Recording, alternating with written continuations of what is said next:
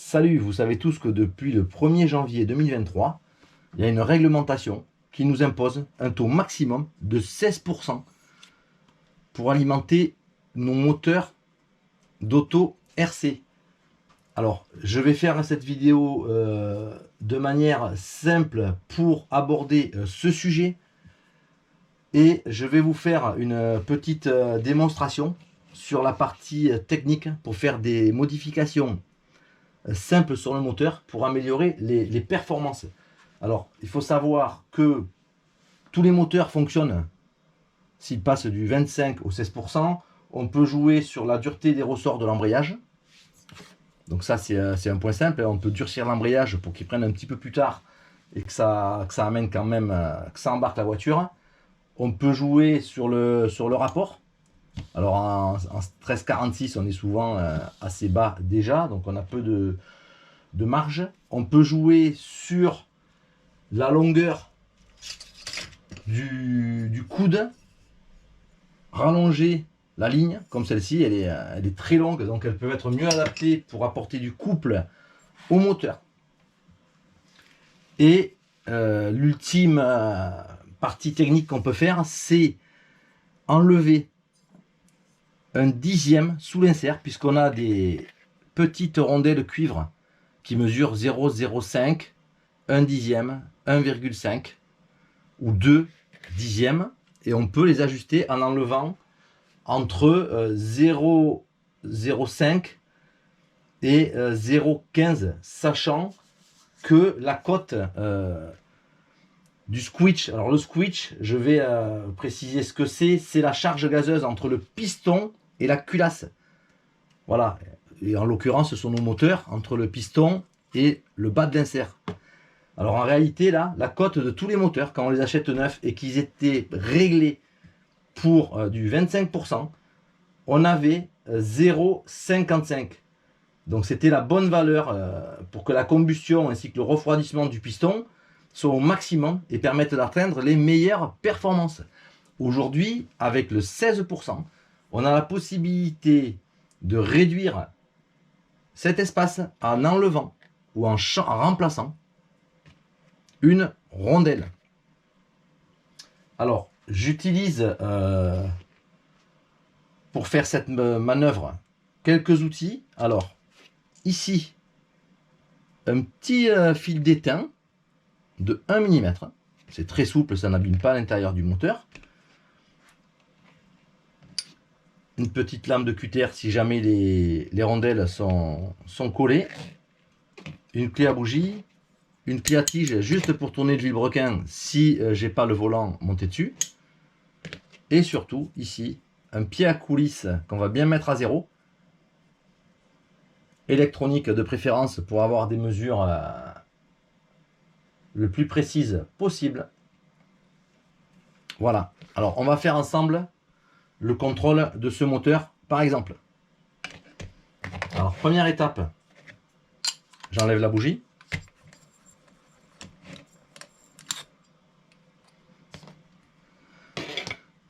Deuxième étape, je prends mon bout d'étain et je vais lui faire un angle à 0,8 à peu près.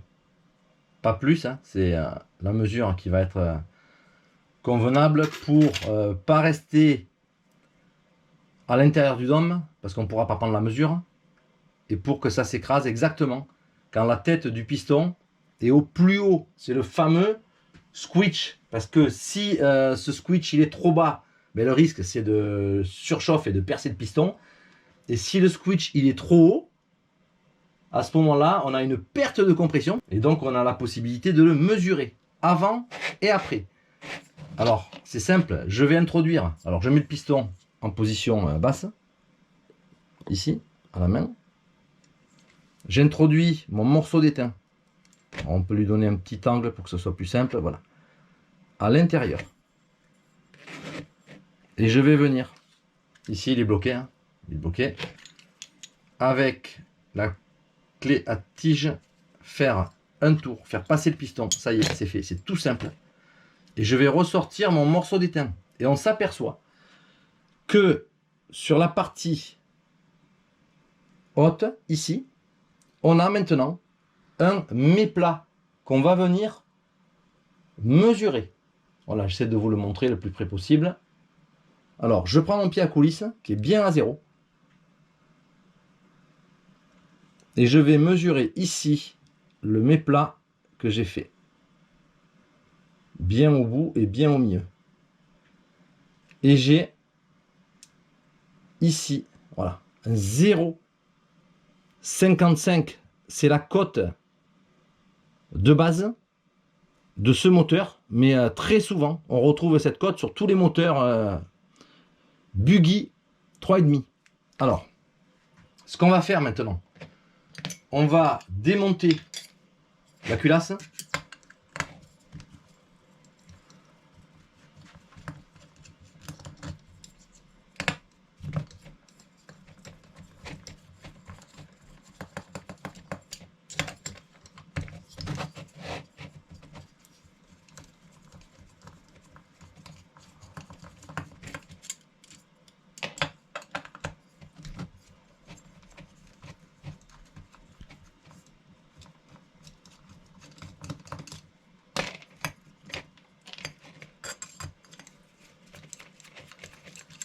Voilà. On va simplement enlever l'insert. Ici, c'est un Reds avec un joint d'étanchéité qu'on va enlever.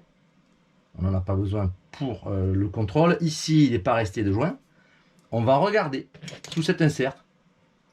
Qu'est-ce que nous avons? Alors, je le fais avec une petite lame parce que c'est très fin. Il faut éviter de les abîmer. Voilà, ici. Et la dernière, c'est l'insert. Hein. C'est pas une rondelle à lui, là, ici. C'est l'insert. Il y a un petit déport, d'ailleurs. C'est important de le préciser parce que sur certains moteurs, c'est une rondelle qui peut s'enlever. Et ici, par contre, elle fait partie intégrante, ce petit déport, de l'insert. Voilà. Donc, j'ai retiré ici 2 rondelles. On va les mesurer. Il y en a une de 0,15.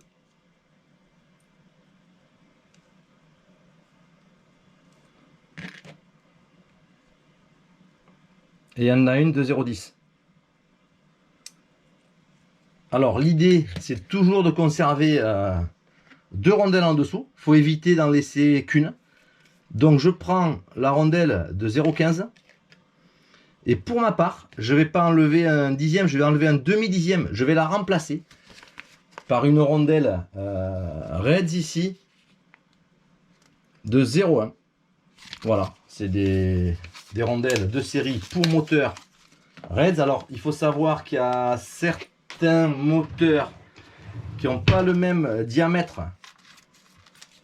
au niveau de l'insert ici, là. Il peut y avoir des petites différences. Et ici j'ai 16-20 précisément. Mais sur certains modèles, on peut avoir un petit peu moins ou un petit peu plus. Donc il faut être vigilant sur le type de rondelle qu'on va poser. Alors ici, je prends une rondelle bien neuve, bien brillante, qui fait... Alors elle fait 0,8, on a toujours des petits centièmes d'écart. Hein. C'est donné pour une 0,10. Là, elle fait 0,9, j'ai pas serré. Hein. On enlève la 0,15 et on va mettre la 0,10. Alors c'est très simple, hein. Je reprends mon insert. Je vais vérifier, je remonte ici une 0,10. C'était celle qui avait à la base, elle y était. Je rajoute une deuxième de 0,10. Donc j'ai plus que 0,20 au lieu de 0,25. Alors, j'ai fait une règle de calcul. Je vais l'aborder maintenant avant de faire le remontage. Pour du 25%, on avait 0,55 au niveau du switch, le contrôle ici. Donc 0,55 divisé par 25, ça fait 2,2. Donc pour du 16%, c'est simple la règle, 16% x 2,2, on arrive à 0,35. Ce qui signifie qu'on pourrait avoir un switch minimum de 0,35 et maximum de 0,55. Donc on a entre 0,05 et 0,20 2 dixièmes au total de possibilités de modification du réglage moteur. Alors dépendra du nombre ou du choix que vous ferez. Le réglage final, moteur monté, nitro à 16% et réglage évidemment sur le terrain. Alors une fois que j'ai remonté ici mes deux joints, je vais remonter mon insert sur le moteur. Alors on a les petits points ici, repères de la sortie d'échappement. Alors on va remettre ici on va remettre le joint. C'est un joint qui est une option ici sur ce modèle, mais qui permet, alors on a des petits plots, voilà, qui se mettent dans les trous de l'insert. Ça permet d'éviter à la poussière de s'introduire entre ici le haut du carter et l'insert. Voilà, alors je le remets en position, j'ai bien mis mes deux rondelles cuivre. Je le mets comme ceci. Voilà, ça rentre tout seul. Et on remet les trous de 4 vis de la culasse bien en face. Et il n'y a plus qu'à poser la culasse dessus. Venir la resserrer.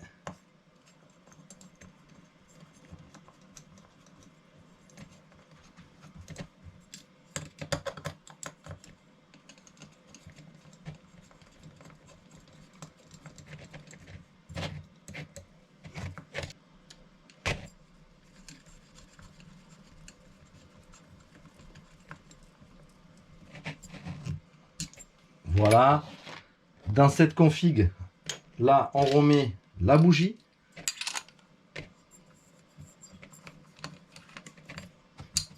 Je vais même revérifier en fin de manœuvre mon switch. Je serre bien la culasse hein, comme je l'aurais fait pour rouler.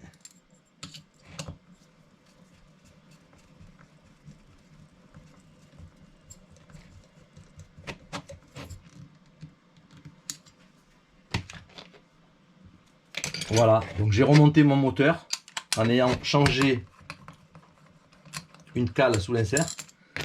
Je renlève ma bougie. Ici, je vais couper ma section hein, à 0,55. Voilà, j'enlève le boucle, je repars sur une base plane.